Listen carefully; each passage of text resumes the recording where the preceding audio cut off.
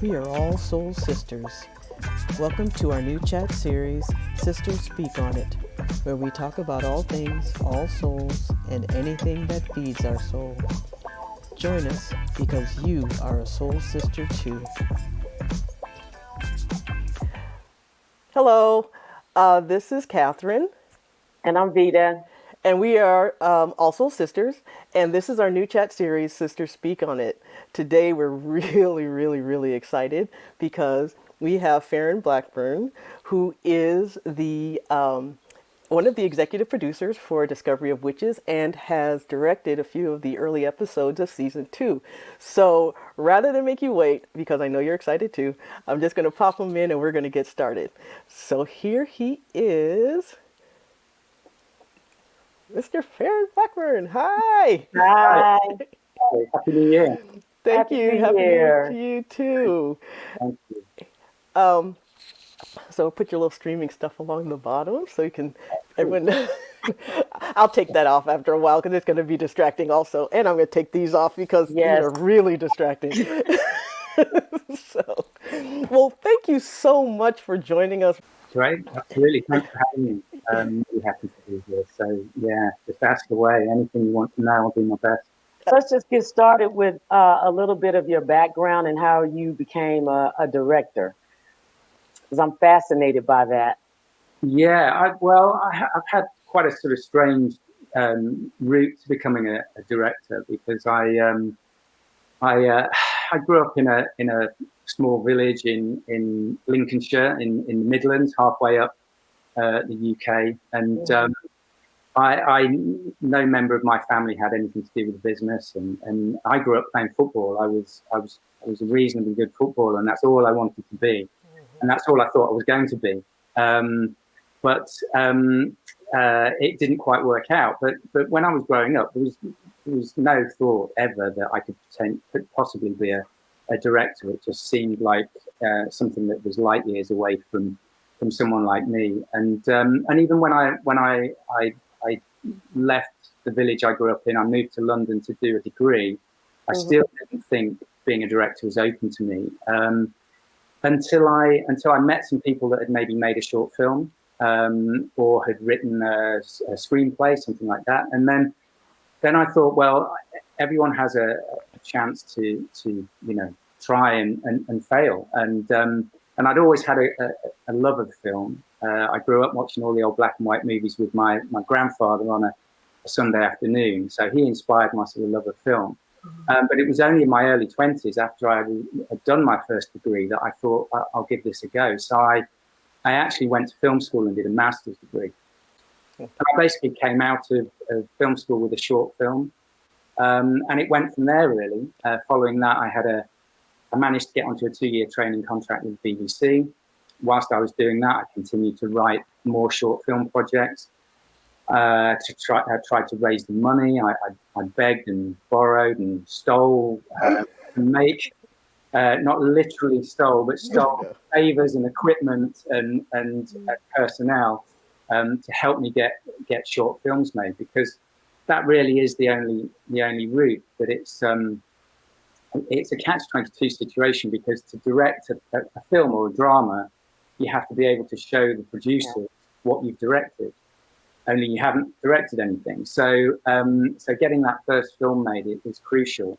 But in the early days, whilst that film went down well with people that I showed it to, the response was always, it's great, but come back to us when you've made another one, or you've made 2 more short films.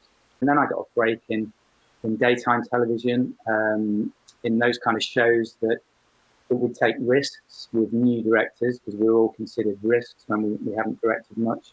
And I climbed the ladder that way. And over a course of years, I've managed to sort of get some great credits under my belt, and worked on a show that won me a BAFTA, and moved into making a couple of movies, and arrive at a show like The Discovery of Witches. So it's been a long route, but it's been worth it. Thank you so much for that. So when you mentioned doing short films, and you do have quite a list of them. What are your favorite stories to tell? The types of stories you like to tell?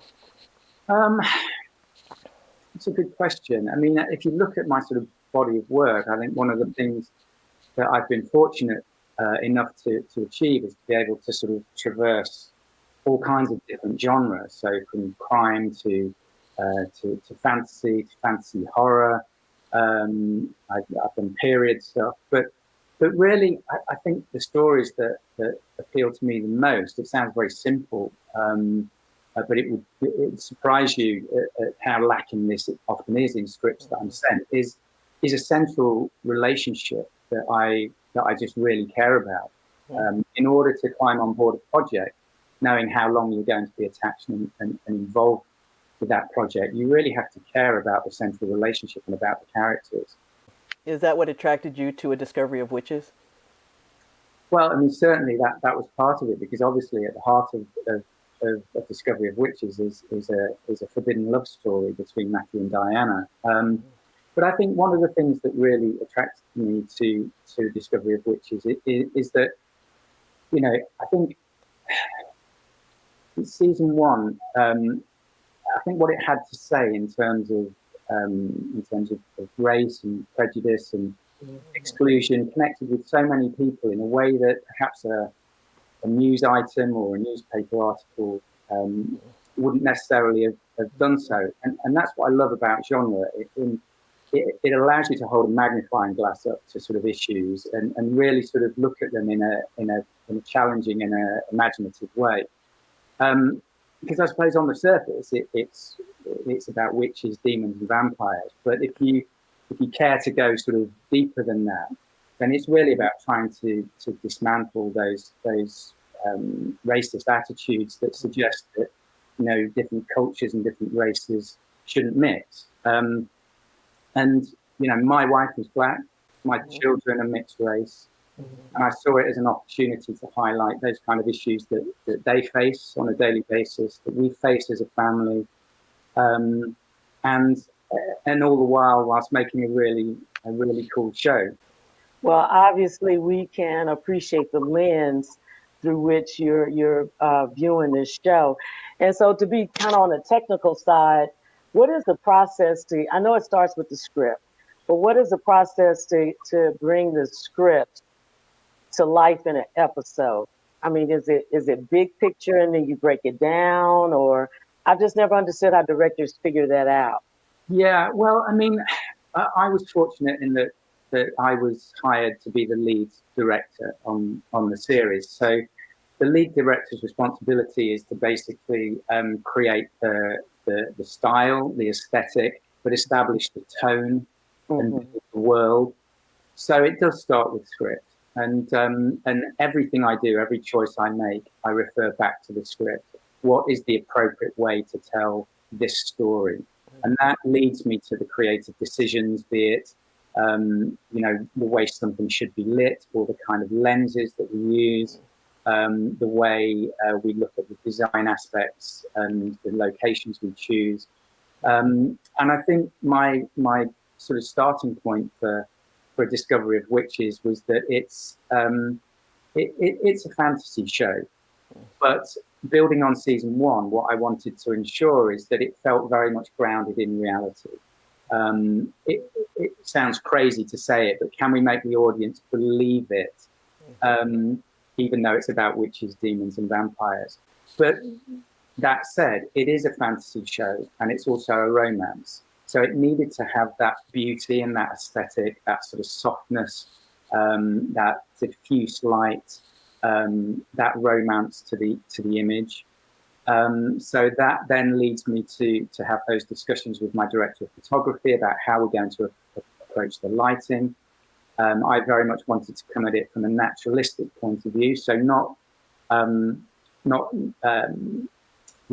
realism, but naturalism. So trying to recreate the sort of natural beauty you might get from sun setting, or from a sodium street lamp, or the sun coming through the window through a net curtain, and the diffuse lovely light that gives you.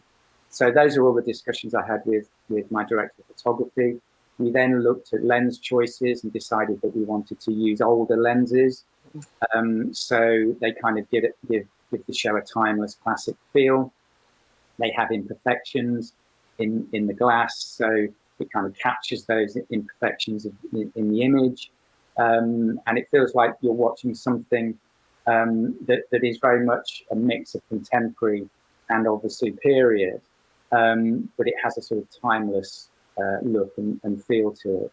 And then, I have those discussions with all the heads of departments, but it all comes down to the script, because there are 1,000,001 choices you can make as a director, but you have to pick one. And out of 10 choices, they're all relevant, they're all valid, but you have to settle on one. And so I always go back to the script and look and see, what I feel is appropriate in that moment to move the story forward. So that's kind of the beauty of being a lead director. That's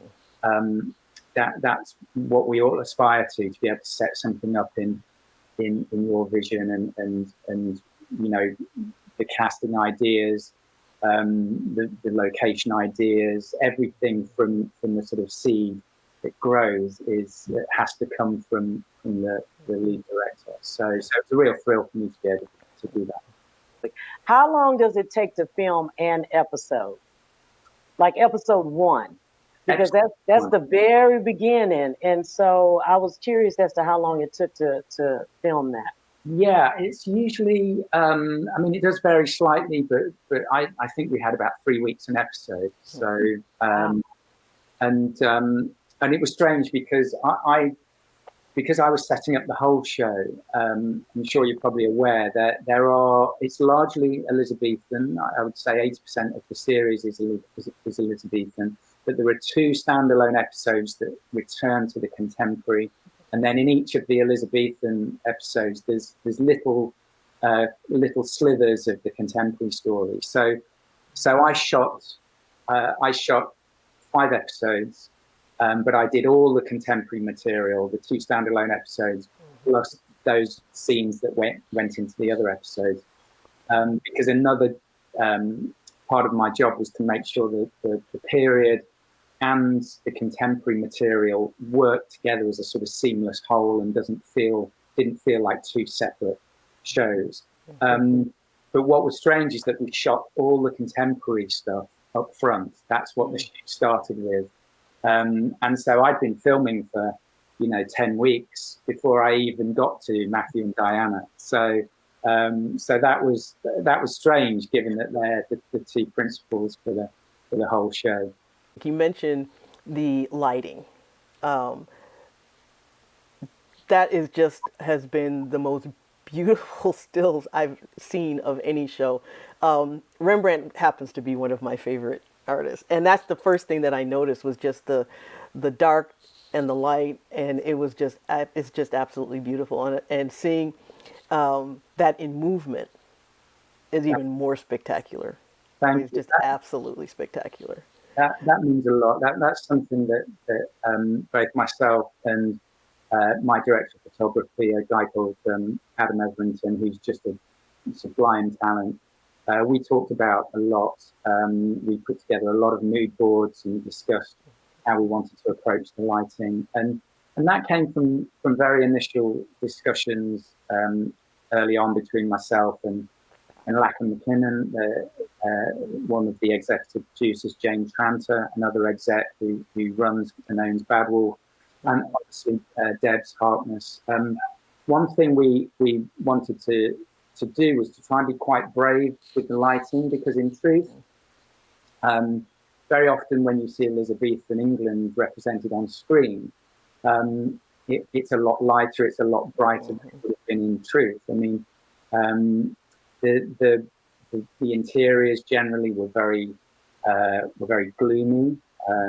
They were small. They were low ceilings, small windows. It was literally only sort of candlelight or lanterns. Very often in the streets at night there was no lighting at all. But obviously it's getting that balance between being able to see what you're looking at and being authentic as you can be.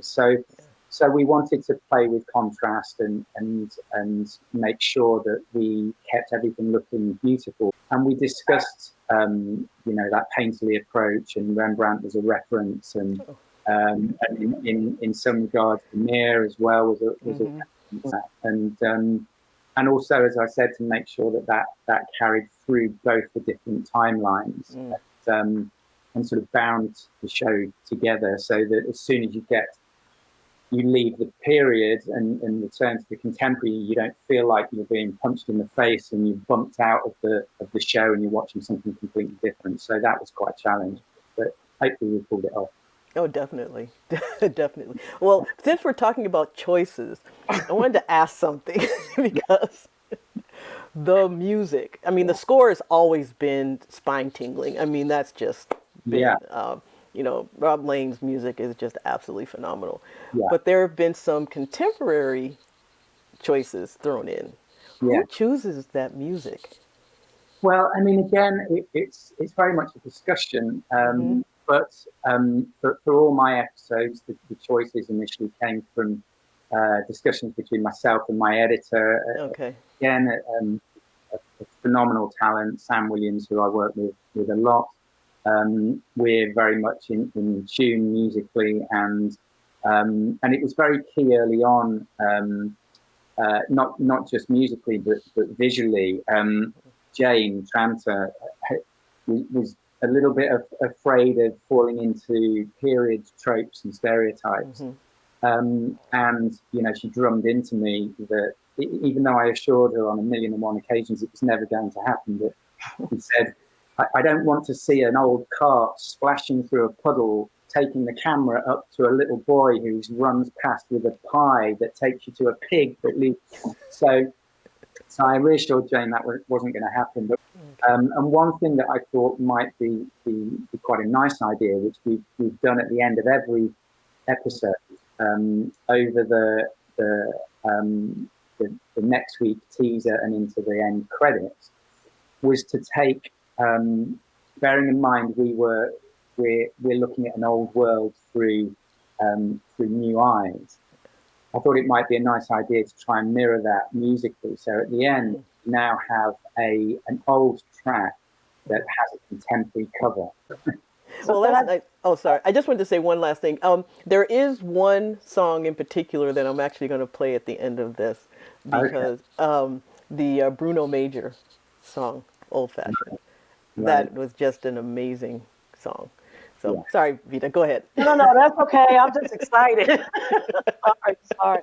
I mean, before we got to that, I mean, that was something that I was going to say that I noticed, especially in episode 1. First of all, I love the title cards, how you incorporate the season 1 with season 2 scenes, but also the way that you show what's coming up in the next episode and the music that's playing along. Now I'm gonna tell you something. You brought me to tears at the end of episode 1. Only when because I realized that it was Nobody Knows the Trouble I've Seen, which is the new spiritual. And I thought that connected so well because Diana has no idea the troubles that Matthew has had. And then when it clicked, I'm like, because I heard the song coming on, I'm like, is that what that is? I mean, I thought that was so beautifully done. I just wanted to commend you on that. Thank you. Again, that means a lot, because obviously, the hope is that we find a connection in the music to the theme of the show, or the moment that we go out on at the end of the show, and we're not just putting a cool track at the end for the sake of putting a cool track at the end. So there was a lot of thought and a lot of consideration that went into each of those choices. But the music has evolved. Again, you remarked about Rob Lane's music. It was great working with Rob. He's very passionate about the show, very keen as a composer not to sort of sit back on his laurels and kind of just reference season 1. He wanted to be challenged with ideas all the time, and really wanted to know what myself and the other directors were wanting to achieve musically, and pushed himself to sort of deliver that. So I think everyone upped their game, and and hopefully that makes for a great season 2. I do have a question that kind of jumps a little bit, but a little bit more into, and I'm just curious. If you had to choose between being a witch, a demon, or a vampire, which would you choose? And if you had to play one of the characters, who would you choose to be? Wow, that's a great question. I think I would. I think I would probably be a vampire because I quite like the idea of immortality. Mm-hmm. Um, although I wonder if I'm more of a demon. I think That's what I We, said. we were talking about that the other That's day. what I said. I You said you're came up with creative, that. so you're probably a demon. Yeah, a demon. I think I am. I think I'm a bit OCD. I think my mind's always racing. I think I never sit still for a moment. So, but I think probably a vampire. And if I was to play any character, I have to say I really like Javert. Mm, Oh, He okay. lives in yeah. Venice. Obviously, we shot in Venice, which is a magical place. And he gets to he gets to push that archness just as far as we dare. Mm-hmm. Trevor does that very well. He's got a great costume, and he's got a great piazza just right on the Grand Canal there. So I think it might have to be Javert. Mm. I love Venice. It's so Oh, pretty. me too. It's beautiful, So, beautiful. so mine, I guess, is kind of twofold. One is, I know you told us about your process about being a director. One is, what do you think is your biggest responsibility being a director? And then how did you become an executive producer of the show? Wow, biggest responsibility. Well, I mean, there are lots of responsibilities. I mean, I think perhaps the biggest is to make sure you deliver what you promise. Mhm. Because we as directors are selected on the vision we pitch when we are asked to read a script and see if it's of interest to us. And that's the great thing about being a director, is that if you gave the same script to 10 directors, you get 10 different films. And I've heard it from many producers that say, one thing about you, Farren, is that you deliver what you promise, and not that many people do. So I'm really proud of that. But I really think that's my biggest responsibility. I think when it comes to actually filming, my biggest responsibility is to make sure that everybody on that cast and in my crew feel that they are of equal value, that their contribution is vital to delivering what I've promised, that I can't achieve it without them, and that I really sort of provide a safety net for everyone to do their best work. I always say to everybody that I work with, I take my work very, very seriously. I don't take myself seriously at all. And they soon get to find that out. So hopefully it's always quite fun. In terms of the role of an executive producer, what often happens is when you're a lead director, you are also invited to become an executive producer. Now, what that means is that everything you establish, tonally, visually, aesthetically, level of performance, all those things we've talked about, my job is then to ensure that that runs consistently throughout the whole series. But I think it's important for everyone to know that there are certain parameters that need to be worked within to make sure the show looks and feels like a consistent whole, and it doesn't feel like different episodes are from different shows. And so I guess my role as lead director and executive producer is the closest thing we have over here in the UK to the American showrunner. So I was, one of the execs that would give notes, editorial notes, music notes, sound notes, grading, oversee the whole process on the other episodes and not just my own. to make sure that it all feels like one coherent whole. So so that was great as well. It's interesting you mentioned the environment that you like to create. We've spoken to a few others from the production, from actors. Yeah, Every time your name comes up, they smile and say, "He is such a good person."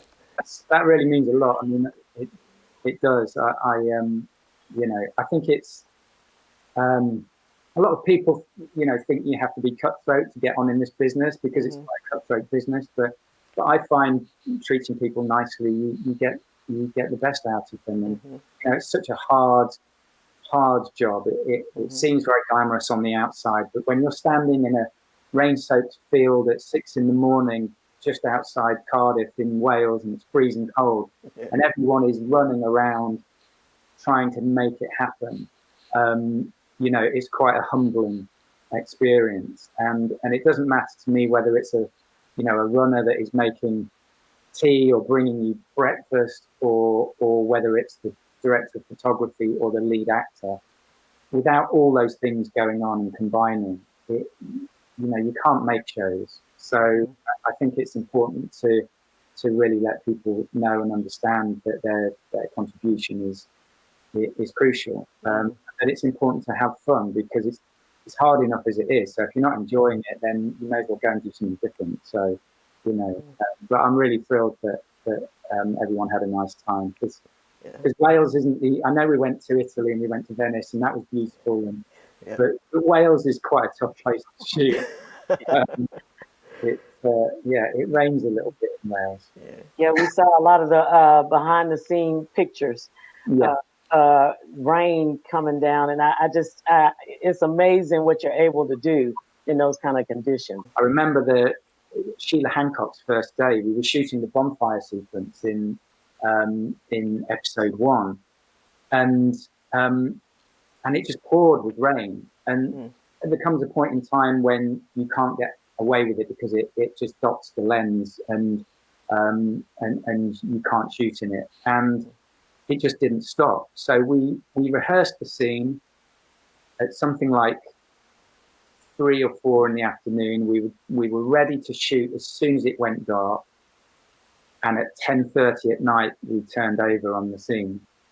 Sheila had been sat around for hours, and she was cold. It was her first day, and bless her, as experienced as she is, she was a bit nervous, and she wanted to make sure all her lines stayed in her head, and so we shot the scene, but that was literally all we got to do on that day, just because of the rain. But the whole crew sat for hours and hours just waiting for it to. I don't think it even stopped. It just got fine enough to be able to shoot in it and not put the bonfire out. So, Wales is challenging. Well, you had mentioned your responsibility to viewers, and what you feel is the responsibility of you kind of wrangling everyone to do everything. What about our responsibility? What do you feel is the viewer's responsibility, not just to watching the show, but if there's more that we could do in order to sort of get across what it is? What's our responsibility, I guess, is the best question. Well, I think you're certainly fulfilling it. So, to really just tell as many people about it as possible, if you enjoy it, or even if you don't, I think as long as a show is a talking point, then I think you've achieved something. And I've always thought that those people that come out and really slate a show secretly love it. Those people that can't stop speaking badly about it secretly love the show. So I'm not even sure there's such thing as bad publicity in that sense. But I think, a Discovery of Witches has such a loyal following, such a passionate sort of following. And I guess one of the things that probably, a little bit of anxiety runs through my veins, and probably everyone on the production, because it's been such a long time since season 1, and such a build-up and so much anticipation from that audience, and hopefully a new audience will come to it as well. I just hope that no one is disappointed. It'll have been a long time to wait if they look at it and go, God, is that it? So I I think don't think if so. you enjoy You it, didn't think so. yeah, Yeah, that's not going to happen. out as loud as you can, I think. So that would be great. So let me ask you this. I mean, everything did go seamlessly. And like you were saying, sometimes we've seen shows where there are time periods and they seem disjointed, but this one was just smooth. And I appreciate it started exactly where season one ended. I appreciate that. And there wasn't a time jump or we weren't already. I like the transition, how you got us to 1590 and didn't start with 1590. Because at first when I was looking, I'm like, okay, wait a minute, what's going on here? And I'm like, oh, okay, well, that makes sense because everybody hadn't read the books. And so I know that's probably a challenge trying to satisfy book readers and then TV show audience, but I thought the transition was well done. If that in and of itself, I mean, huge kudos to the Hmm. production team because it was very believable, Thank very Very, you. Thank believable. you. Well, very. obviously we have, you know, Debs, the author is a um, you know, eminent historian. There's nothing she doesn't know about Elizabethan England, and so that's not a bad starting point to have. And obviously, she was hugely passionate in making sure that all the period detail was authentic, and then that that was obviously taken on board by myself, and then the brilliant production team headed by James North, the production designer, who again is a fantastic talent, ensuring that everything was researched and cross-checked and checked with Debs, and you know, to make sure that everything that was built and the same with, you know, costume and makeup and hair design, everything was fully authentic, and that went right through to you know, even the background artists on the streets of Blackfriars. There was we ensured that we had the right mix uh, of, of races and cultures, because there was a strong mix at Hmm. that period. That we hear little snippets of different language, that all their costumes, even though by and large they're soft focus in the background, were all still, you know, authentic.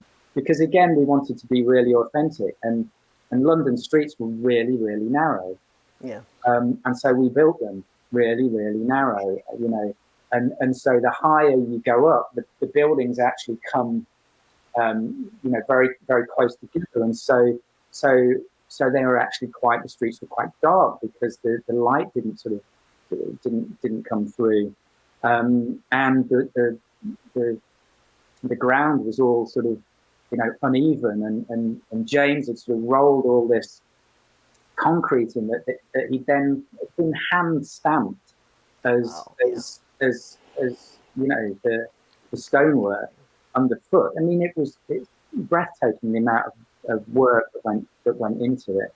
Um, and so that was, it really was as close to being back in Elizabethan London as possible, without the smell, I suppose.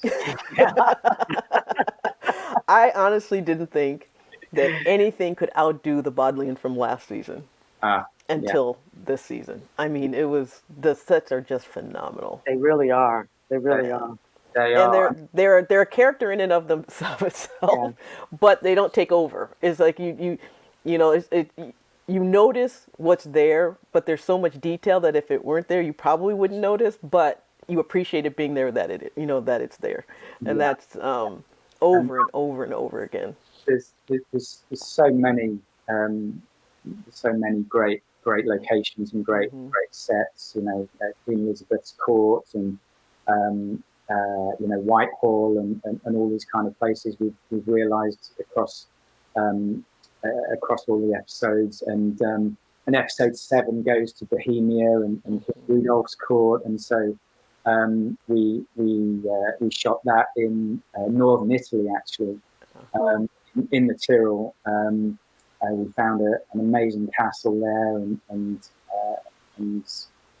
we travelled there, I think got out just before coronavirus sort of hit the north of Italy. Wow. But there are in that episode as well, in particular, there were a couple of locations that James and his team built, and they're just spectacular. So there's a lot of treats in store along the way Oh yeah. for everyone. So yeah. So, I mean, I know Kathy probably has a few more, but before we let you go, I just wanted to tell you I am a fan of Iron Fist and Daredevil and the Defenders, and I absolutely love Luther. So I just have Oh to throw gosh, that in. yes. Yes, yes, yes. Yeah, and I've been very, very fortunate to work on some great shows, and Luther was a big thing for me because it's such an iconic show and such an iconic British show that's obviously travelled and been well loved in the States. But I actually I remember when it first came out. I think both my editor and Sam, who I've mentioned, and I were working on a show together, and we both watched Luther, and we came into work the next day and both said to each other, "Why can't we work on a show like that?" And then about 3 or 4 years later, we were both working on Luther. Well, I have actually one last question, and that is, are there any charities or projects or causes that if we were to just kind of put it out there and say support this, what would you like us to? Perhaps the one we like to go to most is called Mind, and it's a mental health charity. And I think that's something that is very close to our hearts as a family. We've had family members who've had their battles with mental health. I think it's something that we probably all go through as well, but perhaps don't like to acknowledge that it's a mental health problem. I think the stigma surrounding it still is still strong enough to make people wary about admitting that maybe they feel low or they feel depressed, and so I think that's a charity that we support whenever we can. It's something that I always like to talk quite freely about, and always encourage people to not be afraid to acknowledge if they're struggling with. Yes. Well, if you haven't had the chance, you should look at Stephen Cree's short, The Little Princess, because that's what it's about. I don't know if you've seen it, but that is, it's a wonderful short about depression. Okay. Stephen, he was a breath of fresh air. So yeah. Yes. A lot. And we're excited about him being Gallaglass. Oh my gosh, yes. Yeah. Gallaglass is a favorite in the books, so and then to have a favorite actor become the favorite character is just you can't ask for more.